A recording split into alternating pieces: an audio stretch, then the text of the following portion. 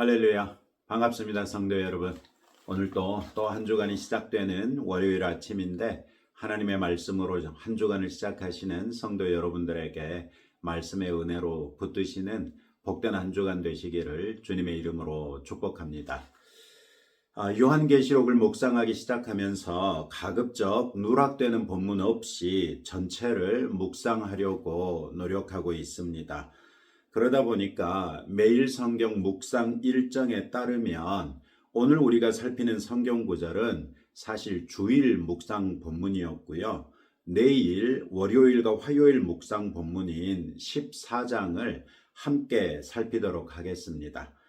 오늘은 13장 11절로 18절까지 말씀을 통해서 용을 도와서 교회와 싸울 두 번째 짐승이 땅에서 올라오는 것을 살피겠습니다.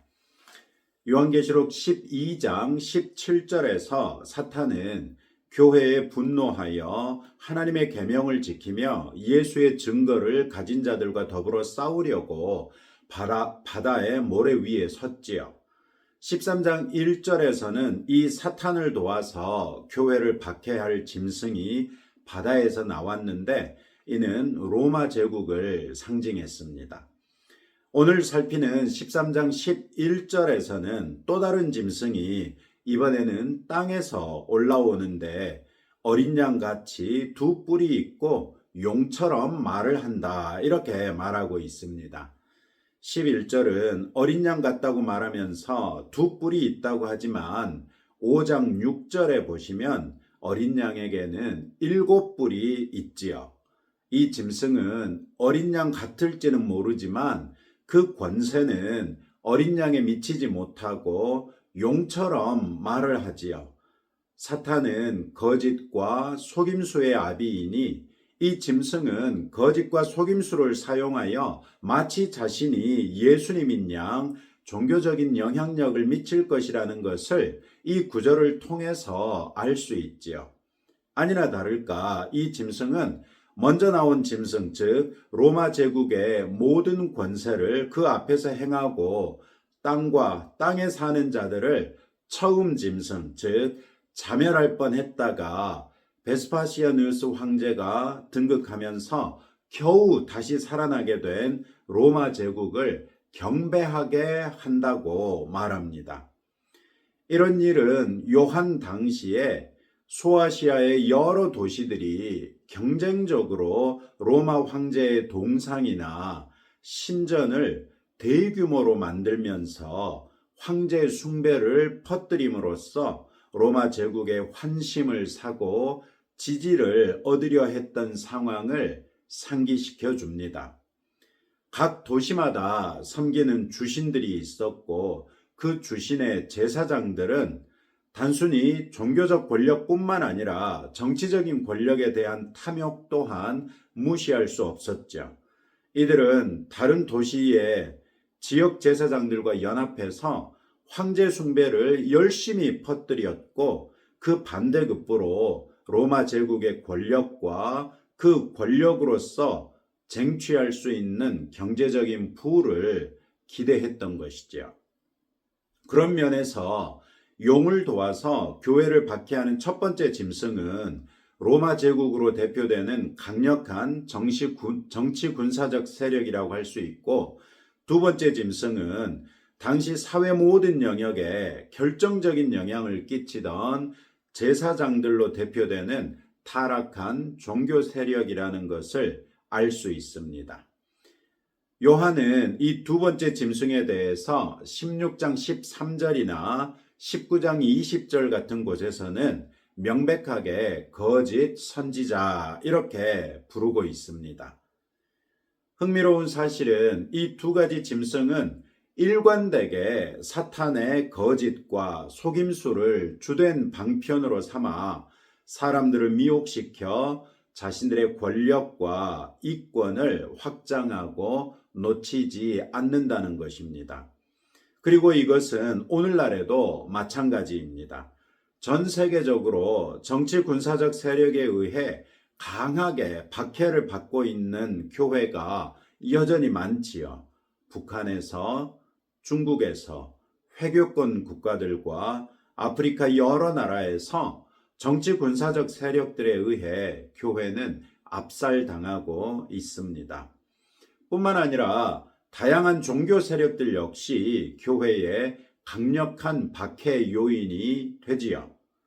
기독교 계열 이단들로부터 시작해서 토착 종교에 이르기까지 사람들을 미혹시켜 진리 되신 예수님을 보지 못하게 할 뿐만 아니라 교회를 강력하게 핍박하고 있습니다. 우리처럼 자유로운 민주주의 국가에 살고 있다고 해서 이런 정치군사적 세력과 종교 세력의 도전으로부터 자유롭다고 착각해서는 안 될 것입니다. 교묘한 방식으로 복음과 교회는 지속적인 도전을 받고 있고 다양한 불이익을 당하고 있는 것 또한 사실이지요. 이런 때에 우리는 오늘의 성경 18절이 말씀하고 있는 것처럼 지혜와 총명으로서 잘 분별하고 믿음을 끝까지 지키는 성도가 되어야 하겠습니다. 13절부터 15절에는 거짓 선지자들 혹은 우상의 제사장들도 능력을 행한다고 말하고 있죠. 어떤 이들은 엘리야처럼 하늘로부터 불이 땅에 내려오게도 했고 선지자들처럼 이적을 행하는가 하면 우상에게 생기를 주기까지 했다고 말합니다. 흔히 우리가 신적 능력의 발현이라고 생각할 수 있는 영적 현상들이 다 하나님께로부터 나오는 것이 아니라는 것을 말해줍니다. 사탄도 자기 목적을 위해서 어느 정도의 능력을 발휘할 수 있다는 것입니다. 따라서 오늘의 성경에 기록된 것과 같은 초자연적인 능력이 얼마든지 사탄도 행할 수 있다는 것입니다. 이런 일들은 우리에게 다시 한번 분별의 중요성을 말해주지요. 하나님의 능력으로 행하는 기사와 이적, 또 거짓 선지자들이 사탄의 능력으로 행하는 기사와 이적을 어떻게 분별할 수 있겠습니까? 여러 가지로 분별해 볼 수 있습니다. 그 목적에 있어서 하나님의 기사와 이적은 오직 하나님께 영광을 돌리고 그리스도 예수를 증언하며 사람들을 회개와 구원으로 인도하기 위해서 행하시는 기사와 이적입니다. 이에 반해서 거짓 선지자의 기사와 이적은 인간의 영광을 드러내고 사람들을 미혹하여 거짓된 길로 이끌거나 사리사욕을 채우기 위해서 그런 기사와 이적을 행할 수 있다는 것입니다. 누구를 높이겠습니까? 하나님께서 행하시는 기사와 이적을 통해서는 하나님과 예수 그리스도께서 높임을 받겠지만 사탄이 행하는 기사와 이적을 통해서는 기적을 행하는 자신을 우상화하거나 혹은 다른 우상에게 초점을 맞추겠지요. 기사와 이적들이 각각 사람들을 어떤 길로 인도합니까? 하나님께서 행하시는 기사와 이적은 성경적 진리로 우리를 이끌어갈 뿐만 아니라 회개하여 믿음에 이르게 하고 거룩한 삶을 살도록 이끌어주지요.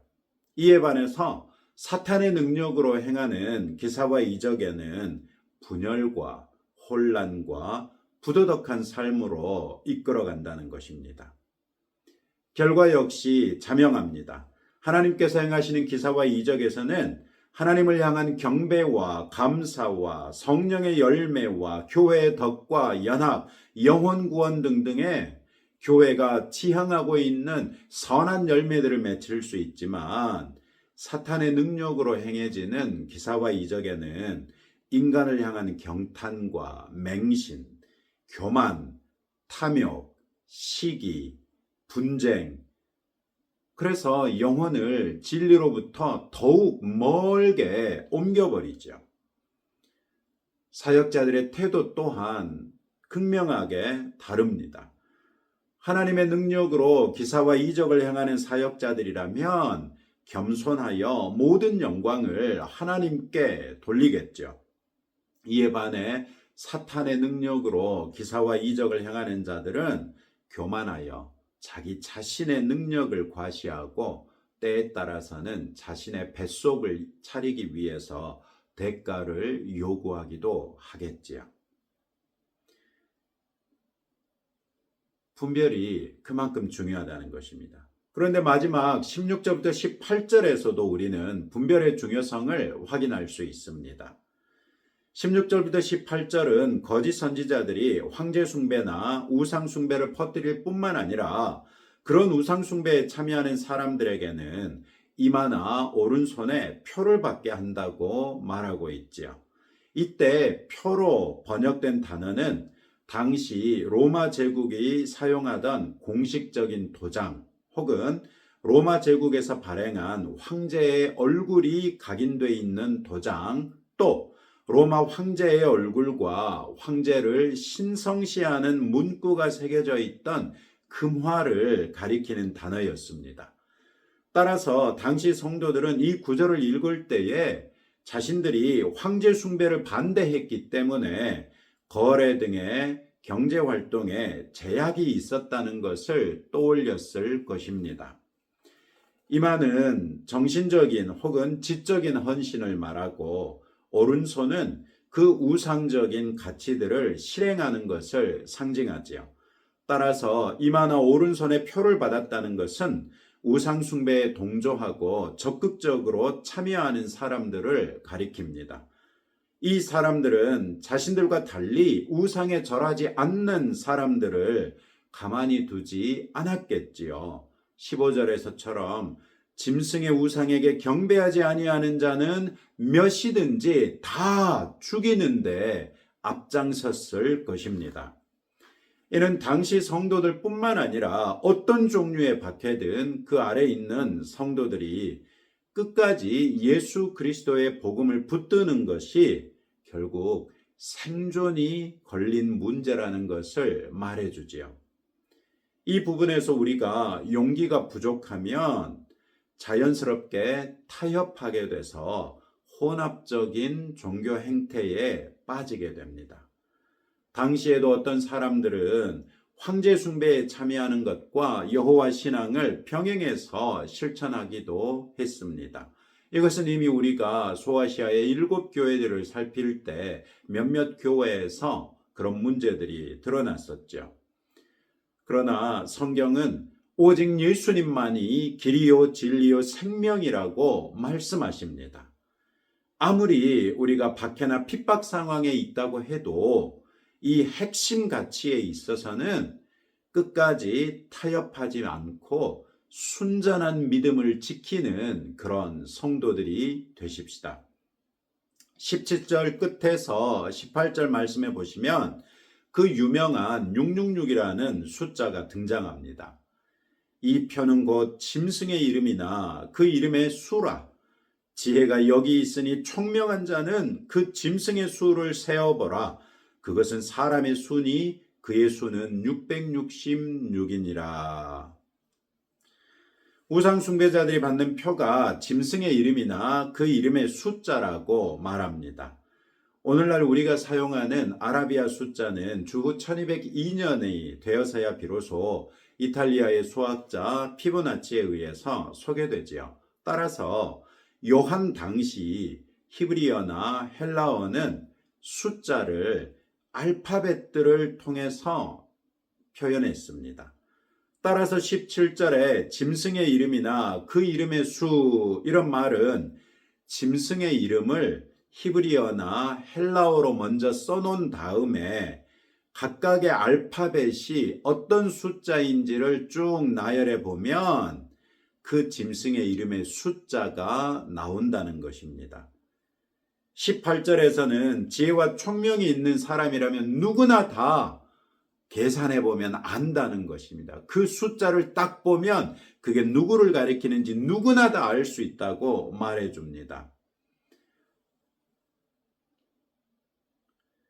그 짐승이란 오늘 우리가 살핀 사탄을 돕는 두 짐승 중에 첫 번째 짐승을 가리킵니다. 두 번째 짐승은 첫 번째 짐승을 우상시하고 그것을 경배하기 위한 것으로 그 중요도에 있어서 첫 번째 짐승에 미치지 못하지요. 위에서 우상 숭배자들이 받는 표 역시 당시 로마 제국의 도장이나 금화와 연관됐던 것을 생각해 봐도 여기서 말하는 짐승은 로마 제국을 가리키는 짐승일 수 있겠구나, 이걸 알 수 있죠.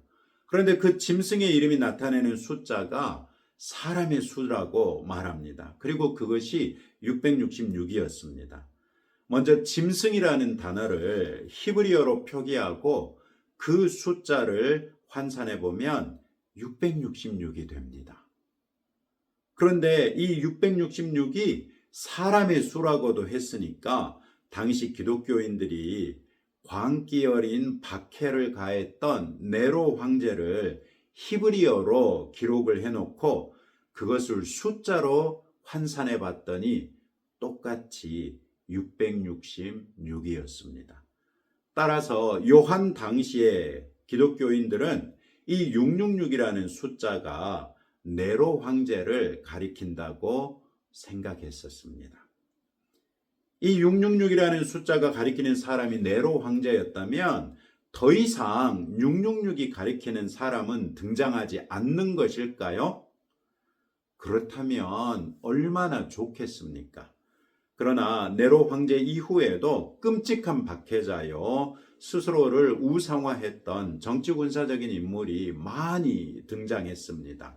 물론 그 사람들이 기독교를 박해했던 것 역시 반복된 패턴이었죠.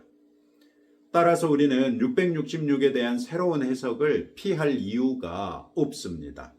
요한이 사람의 수라고 할 때도 정관사를 사용하지 않아서 어떤 특정한 사람을 가리키는 것이 아니라 누구라도 그 대상이 될 수 있다는 것을 표시했습니다. 잘 알듯이 성경에서 7은 완전수인데 반해서 6은 그 7에 미치지 못하는 불완전한 숫자이지요. 그런데 그런 6이 3번씩이나 겹쳐졌으니까 완전히 불완전한 존재, 따라서 영원히 하나님의 영광에 이를 수 없는 존재를 가리킨다고 볼 수 있겠지요. 666은 자신을 우상화하고 경배하게 하며 하나님을 대적하는 모든 나라, 모든 세력을 상징한다고 볼 수 있습니다. 하나님의 나라가 아닌 짐승의 나라를 가리키는 것이지요. 사탄은 지금도 정치 군사적 세력과 종교 세력과 동맹을 맺어가지고 하나님의 형상으로 만들어진 인간을 인간 이하의 존재인 짐승으로 전락시켜 버립니다. 이에 반해서 그리스도 예수께서는 자신의 죽음으로써 우리를 하나님께서 사랑하시는 자녀로 승격시켜 주시고 영원한 자유인이 될 뿐만 아니라 하나님의 보좌 앞에서 영원히 하나님을 찬양할 수 있는 그런 존재로 우리를 승격시켜 주시죠. 오늘의 성경은 우리가 이처럼 사탄의 악한 계략을 피할 수 있는 방편 2가지를 말해줍니다. 바로 지혜와 총명입니다. 통상 지혜는 통찰력을 말하고 총명은 지각력을 말합니다. 통찰력과 지각력을 활용하면 무엇이 짐승의 것이고 무엇이 그리스도께 속한 것인지 분별할 수 있다는 말입니다. 이 분별로서 우리는 몸은 죽여도 영은 죽이지 못하는 것들을 두려워하지 아니하고 끝까지 믿음을 지키는 성도가 될 수 있을 것입니다. 오늘은 이처럼 반복해서 3번씩이나 분별력을 강조했으니까 이 분별력에 대해서만 기도하겠습니다. 우리에게 지혜와 총명을 더하셔서 잘 분별하여 모든 악을 피하고 이기며 끝까지 순전한 믿음의 사람으로 하나님 앞에 설 수 있게 해달라고 기도하시고 폭우 피해민들을 위해서 기도하시고 우리 나라를 위해서 계속해서 기도하겠습니다. 기도합시다. 하나님 아버지 감사합니다. 오늘 교회에 대하여 박해하는 두 번째 짐승에 대해서도 배웠습니다. 사탄이 첫 번째 짐승과 두 번째 짐승과 더불어서 거짓 삼위일체를 만들어 성부, 성자, 성령 삼위 하나님에게 대적하고 하나님께서 택하신 교회를 핍박하는 것을 살핍니다. 우리가 그리스도 안에 있는 교회가 되었은즉 우리가 그와 같은 핍박을 피할 수 없을진데 우리에게 하나님께서 지혜와 총명을 더하심으로 분별하게 하사 모든 악을 피하고 이기며 끝까지 순전한 믿음을 지켜내는 믿음의 사람들이 다 될 수 있도록 우리 한 사람 한 사람을 붙들어 주옵소서. 주님, 지난 며칠 동안 심한 폭우로 인하여 우리가 상상하지도 못했던 많은 피해를 겪었습니다. 많은 농작물들이 침수 피해를 겪었고 많은 주택들이 침수 피해를 겪었습니다. 여러 자영업자들이 또 침수 피해로 인해 모든 기자재들을 버려야만 되는 이런 참 힘든 시기를 겪었습니다. 그렇잖아도 경제 상황이 좋지 않은 때에 이런 대규모 재난으로 인해서 우리 국민들이 낙심하지 아니하도록 주님, 우리 국민들의 심령을 붙들어 주옵소서. 그리고 정부와 지자체가 조속히 피해 복구를 위해서 나서게 하시고 많은 사람들이 함께 나서서 서로 도와 빨리 피해를 복구할 수 있도록 은혜를 더하여 주옵소서. 주님, 우리가 또한 나라를 위하여 늘 기도하거니와 성령 하나님께서 우리에게 무엇을 위하여 간구해야 할지 일러주심으로 하나님의 뜻에 합한 나라로 회복될 수 있도록 긍휼과 자비를 더하여 주옵소서. 예수님 이름으로 기도합니다. 아멘. 이제 여러분들의 기도 제목들 가지고 하나님 앞에 나가시면서 이번 한 주간도 하나님의 은혜 중에 승리하는 복된 주간 되시기를 주님의 이름으로 축복합니다.